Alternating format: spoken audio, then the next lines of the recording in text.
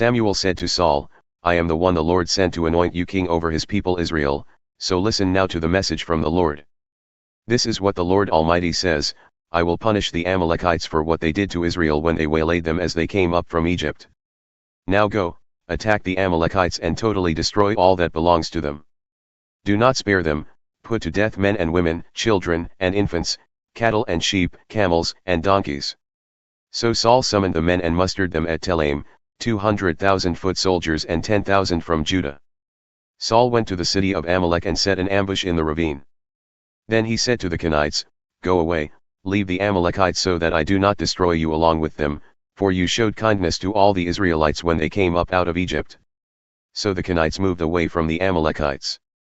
Then Saul attacked the Amalekites all the way from Havilah to Shur, near the eastern border of Egypt. He took Agag king of the Amalekites alive, and all his people he totally destroyed with the sword. But Saul and the army spared Agag and the best of the sheep and cattle, the fat calves and lambs, everything that was good. These they were unwilling to destroy completely, but everything that was despised and weak they totally destroyed. Then the word of the Lord came to Samuel, I regret that I have made Saul king, because he has turned away from me and has not carried out my instructions. Samuel was angry, and he cried out to the Lord all that night. Early in the morning Samuel got up and went to meet Saul, but he was told, Saul has gone to Carmel. There he has set up a monument in his own honor and has turned and gone on down to Gilgal. When Samuel reached him, Saul said, The Lord bless you. I have carried out the Lord's instructions.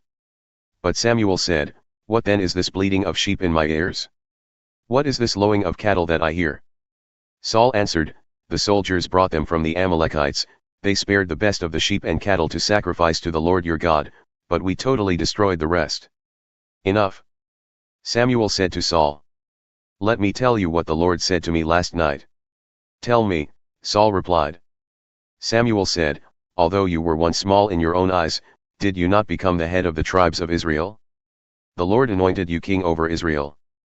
And he sent you on a mission, saying, Go and completely destroy those wicked people, the Amalekites, wage war against them until you have wiped them out.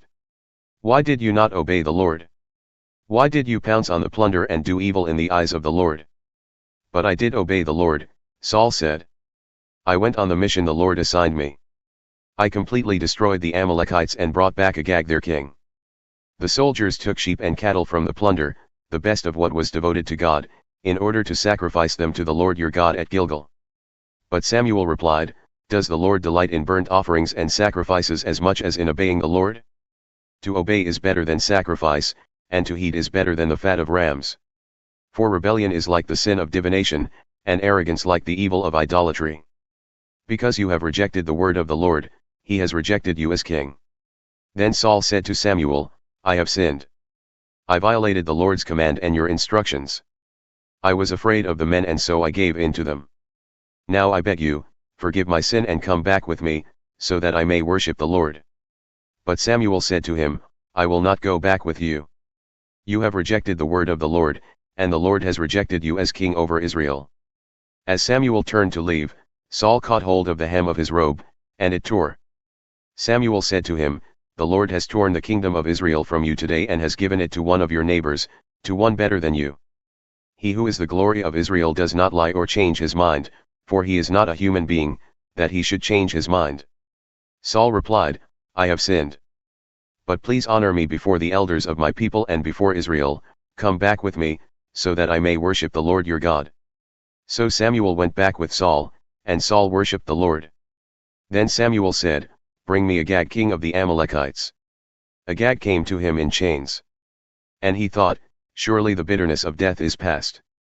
But Samuel said, As your sword has made women childless, so will your mother be childless among women.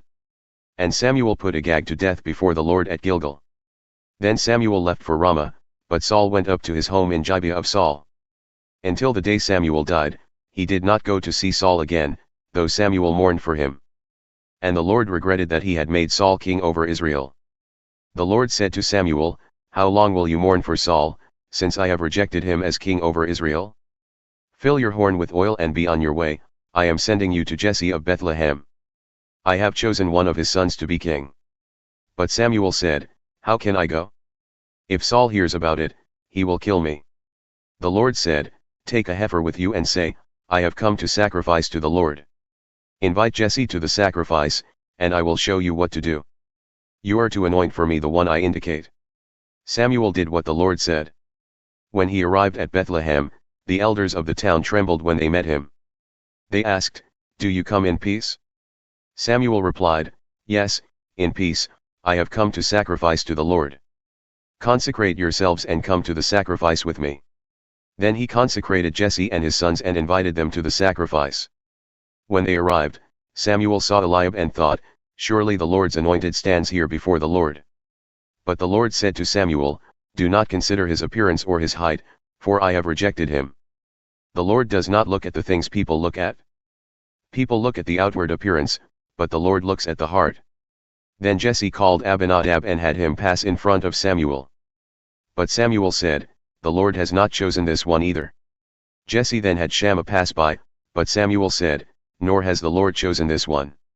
Jesse had 7 of his sons pass before Samuel, but Samuel said to him, The Lord has not chosen these. So he asked Jesse, Are these all the sons you have? There is still the youngest, Jesse answered. He is tending the sheep. Samuel said, Send for him, we will not sit down until he arrives. So he sent for him and had him brought in. He was glowing with health and had a fine appearance and handsome features. Then the Lord said, Rise and anoint him, this is the one. So Samuel took the horn of oil and anointed him in the presence of his brothers, and from that day on the Spirit of the Lord came powerfully upon David. Samuel then went to Ramah. Now the Spirit of the Lord had departed from Saul, and an evil spirit from the Lord tormented him. Saul's attendants said to him, See, an evil spirit from God is tormenting you. Let our Lord command his servants here to search for someone who can play the lyre. He will play when the evil spirit from God comes on you, and you will feel better. So Saul said to his attendants, Find someone who plays well and bring him to me. One of the servants answered, I have seen a son of Jesse of Bethlehem who knows how to play the lyre. He is a brave man and a warrior. He speaks well and is a fine-looking man. And the Lord is with him. Then Saul sent messengers to Jesse and said, Send me your son David, who is with the sheep. So Jesse took a donkey loaded with bread, a skin of wine and a young goat and sent them with his son David to Saul. David came to Saul and entered his service. Saul liked him very much, and David became one of his armor-bearers. Then Saul sent word to Jesse, saying, Allow David to remain in my service, for I am pleased with him. Whenever the Spirit from God came on Saul, David would take up his lyre and play. Then relief would come to Saul, he would feel better, and the evil spirit would leave him.